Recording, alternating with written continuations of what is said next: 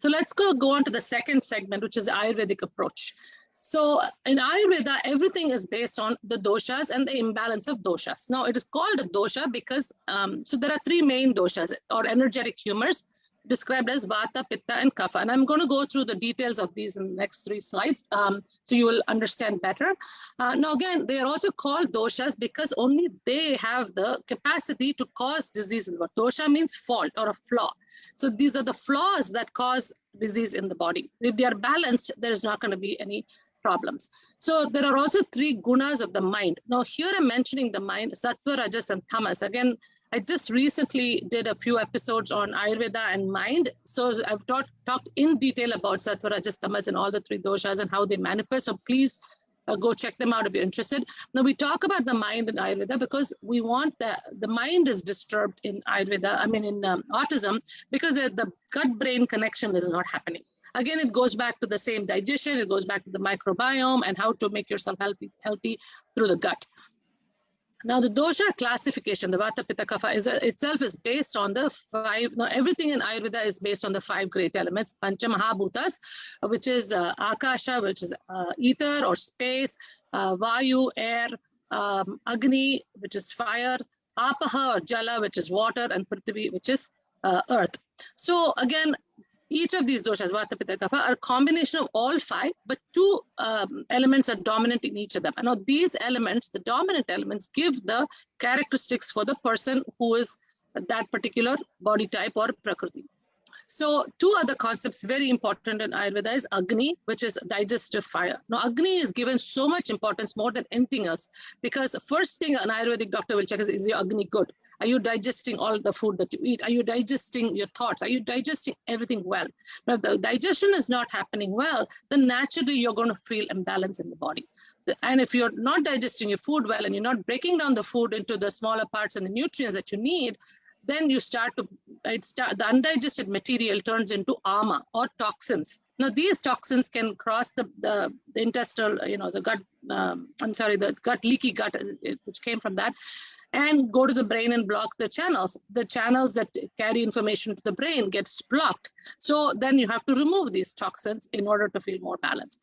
Now, again, there are sapta dhatus or 7 tissues formed, and it is equivalent to the different, the muscular tissue, the fat tissue, and those kinds of things. And they're formed in succession every 5 days. And this is formed from the food that we eat. So for even the tissue formation to happen, the food has to be good, as well as the digestion has to be good. And the toxins should be removed. So these are the basic concepts. So let's start with the body types.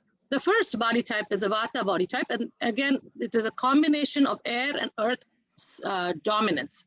So air and space are very subtle elements. So obviously when they look at the body frame, they're more of a small body frame, very skinny, skinny legs, hands, small face. And again, they're very active.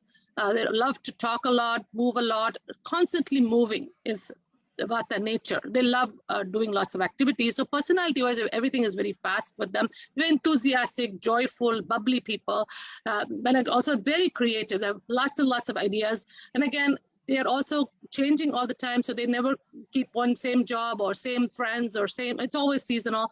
Again, they're also very sensitive because air, remember, can pick up anything, right? Wherever air goes, it picks up the scent. So they also pick up everything. So they're very sensitive. So they can get imbalance easily because it is so subtle. And in the body, it is also the kinetic energy in the body. So Vata energy is responsible for all of the movements in the body, whether you're inhaling, exhaling, the movement of food in the digestive system, the blood circulation in the body, the carrying the nutrients to the different parts of the body, or even sending signals to the brain is governed by Vata.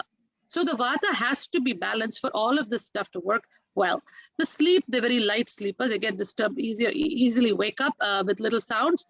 But then again, they're also very fresh in the morning. When it comes to digestion, they have a very irregular digestion. Digestion. Like I said, movement, right? So sometimes they could be really hungry. Sometimes they may not have any appetite at all.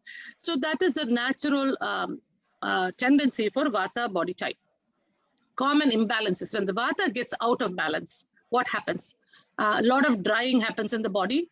And so they can have constipation, they can have gas, bloating, colic pain in children and babies, dry stool, skin or hair, aversion to cold weather and or wind, food allergies, joint pain, nervousness, anxiety, insomnia, insecurity, sensitive to sound. They cannot handle loud sounds. So if I was trying to just compare autism symptoms to this, and it makes sense, the relation to Vata, hyperactivity, anxiety, sensitive to loud noises, food allergies, GI issues, insomnia, fear, constant movement.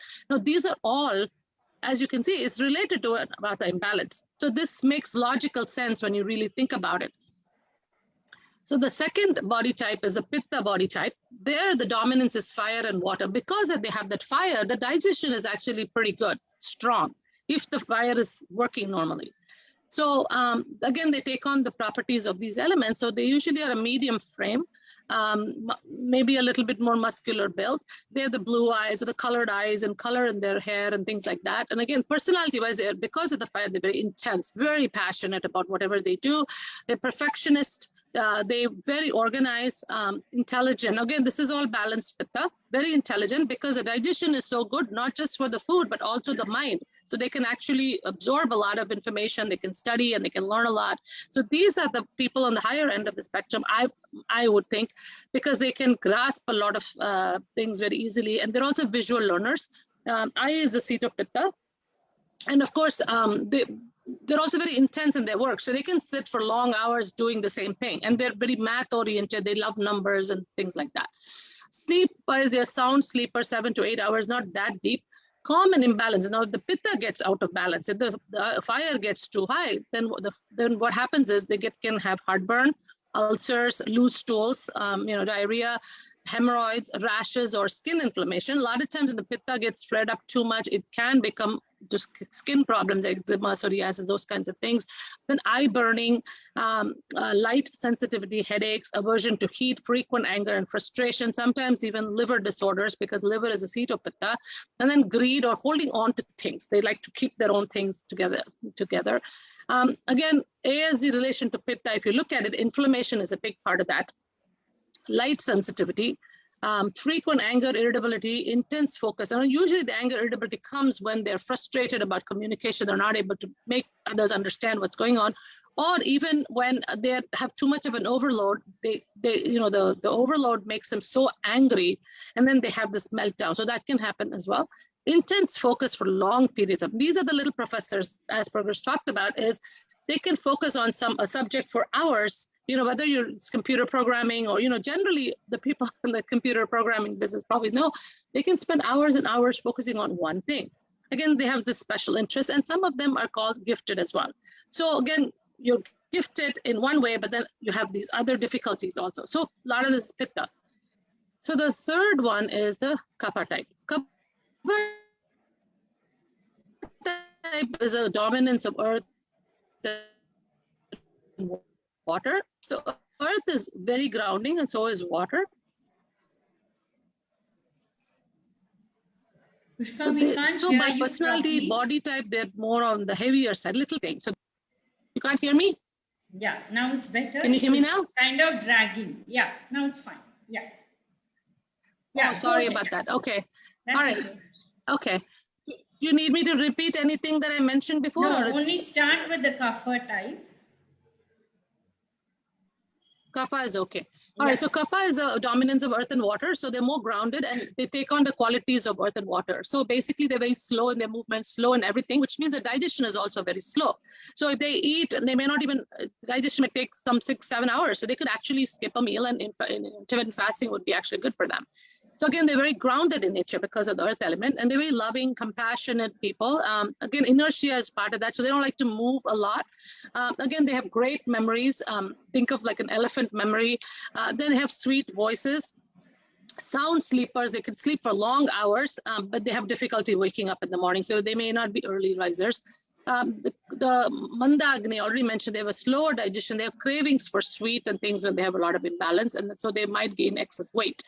Now, the common imbalance would be loss of appetite.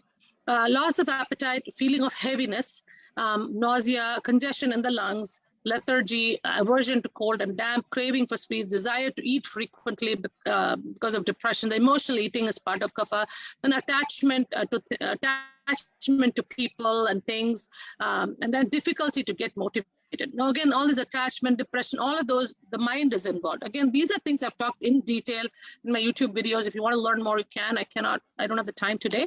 But when you look at ASD related to kapha, you see there's not a lot of correlation between kapha and that. So it is more related to the vata and the pitta, because vata is the moving energy.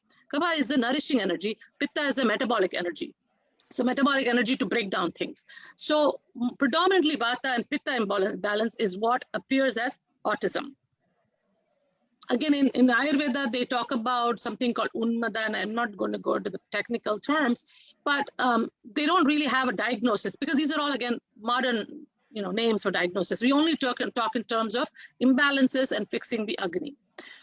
So, and there was a study a long time ago, I couldn't find it, but they did say like 70% of the autistic kids were found to be more vata dosha. So this study actually shows like the social features, the problem in verbal and non-verbal communication, and then the language problems and activities, behavior like deaf, irritable, chronically unhappy, neurological dysfunction like seizures, fewer kids showing amazing, remarkable talent. All of these are, again, amazing talent would be more related to pitta, although it doesn't say that here. But again, all the others, if you see, most of them are related to vata. So the first thing that we do in Ayurveda is balancing the vata. So Ayurvedic management, like I said before, digestion is number one. So improving the Agni or digestive fire with dosha balancing is the number one action that we do in Ayurvedic management, so this will help with proper formation of the tissues, because Ahara Rasa creates all of the tissues. Then the second, it will help in removing some of the toxins. It will help with the proper functioning of the mind, because there's more clarity happening when you remove the toxins and the tissues are formed well. And then again, immunity building. Immunity is the last tissue, this thing, ojas we call it. Now, the second thing is, of course, purification or rejuvenation of the tissues. And this is where Panchakarma comes in. And I will mention Panchakarma towards the end, depending upon time. Third thing is administering Medhya Rasayana. Medhya Rasayana is for the rejuvenation of the mind. So there are certain herbs that can be used for that. And again, in Ayurveda, management is always a three-pronged approach for any disease. So it is Ahara, Vihara, and Aushadhi. Okay, I hope you can see that picture here. So basically, Ahara is a diet. Now, when we say diet, it's not just the food. Ahara is a much broader term. It is anything taken through the senses has to be controlled. Of course, for our purpose, we are going to use Ahara as diet. Then Vihara is a lifestyle. What kind of lifestyle you're leading is important also, because that can cause a lot of imbalances and toxic buildup. And then Aushadhi, which is herbs. So that is like the third thing. So always a concentration, 2/3 of his focus is always on the diet and lifestyle. Only 1/3 is on the herbs, or maybe even less, because not everybody needs medicine. Sometimes you can fix things with just diet and lifestyle, and you don't even need herbs. So Ayurvedic diet, what does that mean? So first of all, they need a vata pacifying diet, because a major problem imbalance is vata, and that is the moving energy. So you want to kind of balance that out. So vata is dry and cold. So in Ayurveda, like increases like. So we always do the opposite of that. So if it is dry and cold, you want something moist and warm. So foods have to be moist and warm. So always cooked foods, no raw foods, like especially salads. People eat a big bowl of salads. That can cause a lot of GI issues. So even if you feel like eating a little bit of crunchy, it's okay to saute it a little bit with some spices or something, just to facilitate the digestion a little bit better. Because when you cook it, what happens is a part of the digestion takes place in the cooking process. So it's a little easier for the body to digest the rest. Again, adequate water is very important, because they're very drying and constantly off. The water gives them that moisture that they need. And usually Ayurveda recommends hot water or warm water, because that is easier to digest. It is closer to our body temperature, which is 98 degrees. So it takes less effort to digest it versus drinking cold water. But at least if it's a warm climate that you live in, room temperature is still better than drinking cold water or ice water. Unfortunately, when it's really hot, people think, oh, I should drink ice water or cold water, but really it does not. May feel good for the tongue, but it actually doesn't help you in the body, and can lower your Agni, lower your digestion, and cause a lot of issues. The second thing, of course, avoid processed foods. We already talked about how these chemicals can have an impact on the body. And this is not just for autistic people, but it is for anybody, really. White sugars, chips, chocolates, caffeine, white flour, soft drinks, leftovers is considered tamasic food. Old cheeses are also tamasic in nature. And again, I've talked about tamasic foods in one of my YouTube videos as well. Microwavable foods and soy products. So these are all considered to be very tamasic in nature and also very dulling for the brain. So definitely try to avoid these kinds of things. Limit dry beans and peas, like chickpeas and red kidney beans, and also lentils like tur dal and channa dal, and all of these things are much harder. They're more pitta increasing. They're much harder to digest than mung dal. Mung dal is probably the best dal for a person with autism and digestive issues, or with anybody with digestive issues, but definitely for an autistic person, they should have only mung dal because it is easily digested. So try to limit these other things. Of course, Ayurveda, you don't say don't eat anything. Nothing is taboo. We can always modify foods by adding spices and things like that to increase the digestion. So a lot of times in the beans, we add hing, which is asafoetida, which is a resin that helps to digest your food better. So we use that a lot in the Indian cuisine. And then, of course, bay leaves. When you cook the beans, you can cook it with bay leaves. Bay leaves removes a lot of the gas.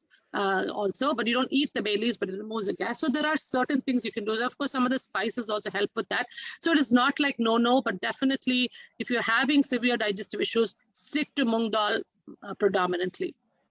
Use some mild spices. Now, vata, too many heating spices like cayenne pepper or jalapenos and those kinds of things can really dry the system out. So more like milder spices, like a little bit of cumin, coriander, turmeric, black pepper, ginger, fennel. These are all some good spices to use because they help with the digestion.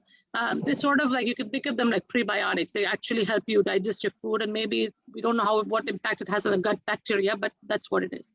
Then mealtime also should be very calm. Sitting and eating without any distraction, or mindful eating. Again, that is becoming a very common concept now, even in the dietitian community. We talk about mindfully sitting, enjoying your food, because a lot of the things, what happens is when you're paying attention to the food and you're tasting the food, then the brain knows what kind of enzymes it has to release, what kind of acids to release to, to digest that particular food that you're eating. Now, if you're watching TV or looking at your iPad or doing something else, then obviously your mind is not completely with the food. So again, for these kids, especially with sensory overload being a huge issue, it is better to have a calm environment to facilitate that proper digestion in them. And again, buttermilk, and then yogurt is again considered very heavy, and it could block the channels if your digestion is poor. So in this case, buttermilk is a great option. Now this is called takaram. So how do you make that? You take like 1/4 cup of yogurt, 3/4 cup of water, and beat it up. It's like liquid yogurt, call it. So you beat it up in a blender and you can also add spices like hing, asafoetida, I told you about it, a pinch of that, a little bit of cumin powder, some coriander leaves if you have some ginger. So kind of grind it all together and beat it with all of this, and you're introducing agni when you're beating it up. So that will help with gas, bloating, and also help with digestion. And this is how you get your probiotics as well. So again, at nighttime, definitely no yogurt. If at all you can tolerate yogurt, have it during the daytime. But definitely with these kids, yogurt is not a good idea at all. It's definitely better with buttermilk. It is true for adults as well with poor digestion. Then other options, again, fresh vegetables, very important to eat more fresh vegetables. Again, that is the biggest challenge a lot of parents go through is, because kids don't always like the vegetables, they like only certain vegetables. So that could be a little bit of a challenge. But again, you have to maybe introduce one by one and not kind of push it onto them or force them. Maybe put like one little piece and then tell them to try it. I mean, you have to keep trying. It can be a challenge. So fresh vegetables like beans, okra, sweet potatoes, carrots, squashes, gourds, pumpkins, grounding. These are all grounding vegetables. These would help them. Again, carrots and sweetbreads. Sweet taste is actually good from getting it from the vegetables rather than eating sweets and candy and things like that. So it satisfies that sweet craving. So then you don't crave actual simple sugars. Now again, limit nightshades because that can increase vata. Nightshades would include things like tomatoes, peppers, white potatoes, and also eggplant. And some kids could be even allergic to eggplant. That's possible. And again, fruits, the smaller the fruits, like the berries and things like that, are easier to digest. oranges, peaches, ripe mangoes in season. Remember, seasonal fruits always. So wherever you live, always pick the seasonal fruits and eat them in between meals, not with your meal. Because you eat it with your meal, it actually, it's considered like an incompatible combination, so which it's called, and that is not good for your body. It's called so anyway, avoid melons. Melons again will cause a lot of indigestion. Unless you have a strong digestion, it's hard to digest melons. Bananas is the same thing. It can cause constipation, gas, and bloating.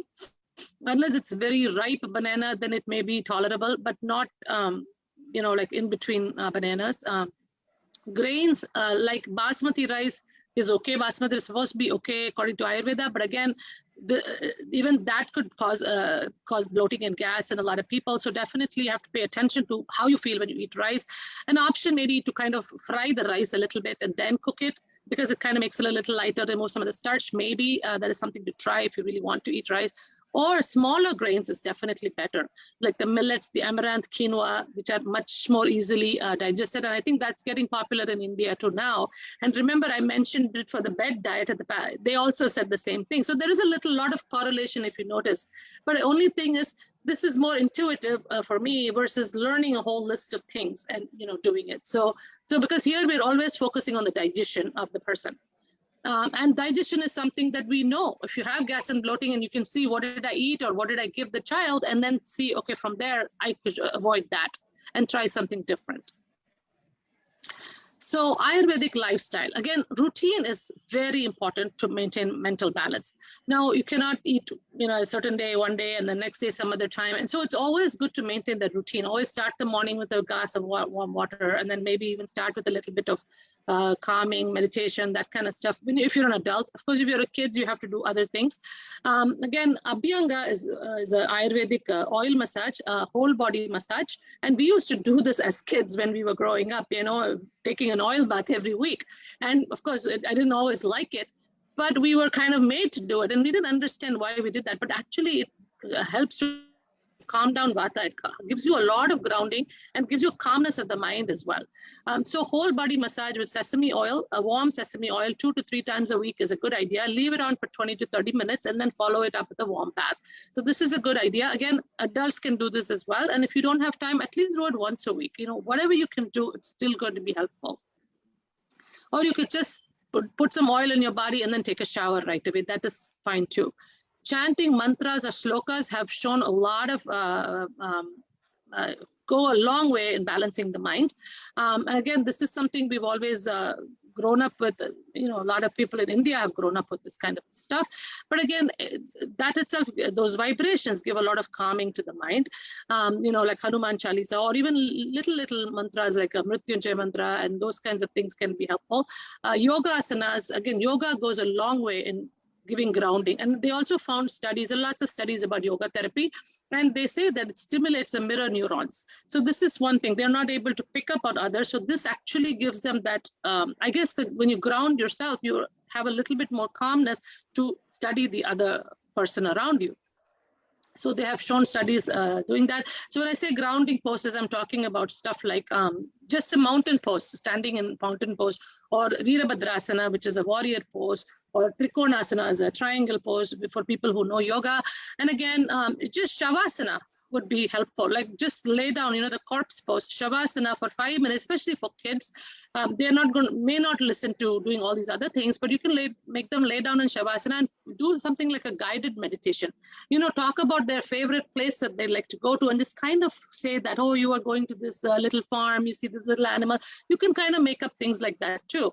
So these are things that parents can easily do, or I'm sure there are videotapes maybe you can find on YouTube, I'm not really sure.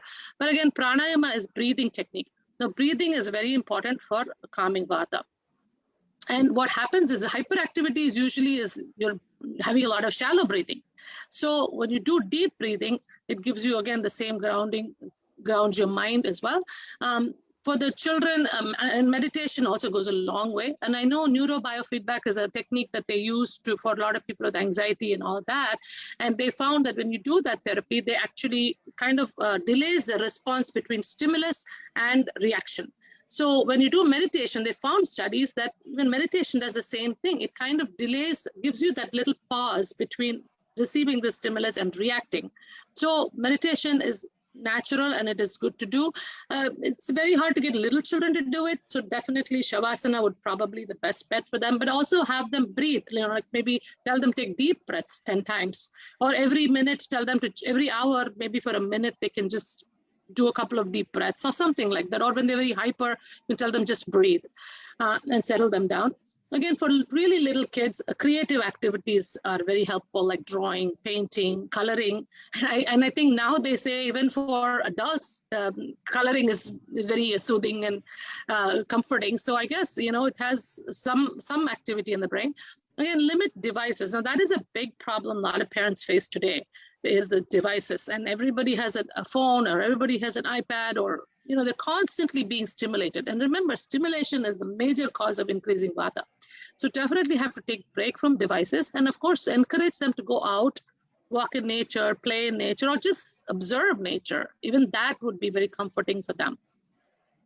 Soothing colors for the bedroom is something, again, Ayurveda approaches from all different angles, including Vastu. So muted brown, blue, or green can be beneficial to get good sleep, because a lot of these kids and adults have disturbed sleep. So the last one is Aushadhi. Again, this is just for reference, not necessarily go out and buy these kinds of things, but something to think about. Mahanarayana Tailam, if you have joint pains and things like that, Mahanarayana Tailam is very good for joint pains. It calms down vata very much. It's an herbal medicated oil. Brahmi oil, again, is a Medhya Rasayana. It is known, many studies are there about this, talking about how beneficial it is for the mind, for focusing, for calming down the mind, and even for sleep. So Brahmi can be applied to the nostrils, and in Ayurveda, we believe the nose is the gateway to the mind. So when you put the oil, it actually gives you that calming. It gives you it gets transmitted to the brain, and you actually feel a little sense of calmness. And again, at night, you can apply some of this on the forehead, the Brahmi oil on the forehead, or the soles of your feet. That also gives some kind of calmness. And then Triphala, again, a lot of people have heard of this. If you've studied Ayurveda or been heard of Ayurveda, most people know what Triphala is. The three fruits, Haritaki, Vibhitaki, and Amalaki. Amalaki is gooseberry. And these actually can help with constipation, and it gives you like a little mild purgation effect. So it also helps to remove some toxins and things like that. So it's relatively safe, but again, definitely consult with an Ayurvedic doctor or an Ayurvedic practitioner to make sure these are good for you, especially if some kids are taking medications, allopathic medication. There could be interactions and things like that. You may want to watch those. So definitely don't go and read something on the internet and go get something, because a lot of people tend to do that because there's a Tamil proverb, when they're looking for answers all the time. So definitely not go out and do that, but please check with a consultant. And of course, Panchakarma. And this is such a, how are we with time? Okay. Yeah, actually, you've gone off your time. We'll give you another 2-3 minutes to wind up. Okay. Is that okay? Yeah, no problem. So let me not talk about the Panchakarma. Is basically it's like surgery in Ayurveda. It is removing the toxins from a very deep level. So which means also mental toxins are removed. And again, the procedure is very elaborate and something that is very beneficial for kids with autism. And of course, you have to go to the right person to get it done. Summary, both systems very similar in foods.